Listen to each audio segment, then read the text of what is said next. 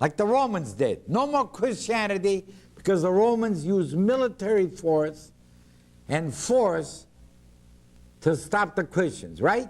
We don't have any more Christianity today because the Romans stopped Christianity by force. Feed the Christians to the lions in the Colosseum. That would stop Christianity, right?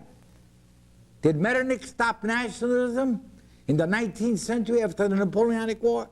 When he sent his armies into Spain, into Italy, into Poland, to stop nationalism, which arose as a result of the French Revolution?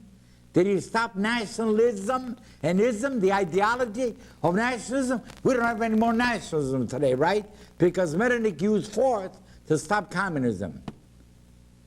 Has communism been stopped as a result of military containment undertaken by Truman since the Second World War? You say, well, Russia has broken up. But the idea of communism still exists in Cuba. It exists in some African countries. It exists in China. The idea hasn't really been stopped by the use of force. Russia may have broken up as a result of the Cold War impetus, but maybe we're breaking up also.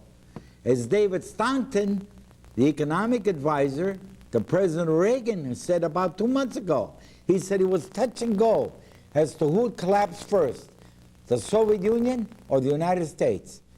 The Soviet Union collapsed first economically, but are we next? Why? Because of imperial overstretch. Because we're the world policemen.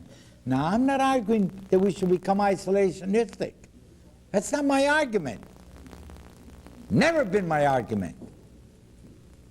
I'm a person, a citizen of the world. Never been my argument.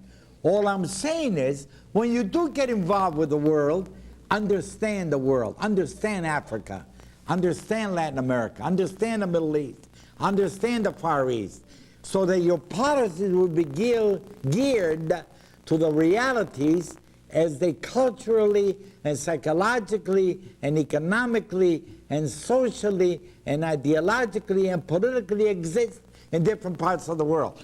Don't react against the forces of history. The problem in Central America and South America isn't just communism. It is because we have failed to give an alternative to the status quo. You can't be at Copacabana Beach in Brazil and Rio de Janeiro, plush beach, beautiful people swimming, and you look up and you see in the hills the hovels where the poor are living, the poor and the destitute. Yes, when you look from the beach up, not toward the ocean where the wealthy and the rich look, but look back at the hovels and the cliffs where people living uncaved. It's those people, the revolution of rising expectations, that want something better for themselves. And if we as a democracy, and if the Western world is not going to give those people the hope and the faith and the love and the understanding and the compassion, then they're going to go to communism or any other ism that may exist, because we have failed. Don't blame the communists. Don't blame any other ism. We have failed because we have become a status quo power. We want things as they are, and we're against any changes. We refuse to become independent energy-wise. We want to depend on oil in the Middle East, and we're ready to go to war. Turkey violates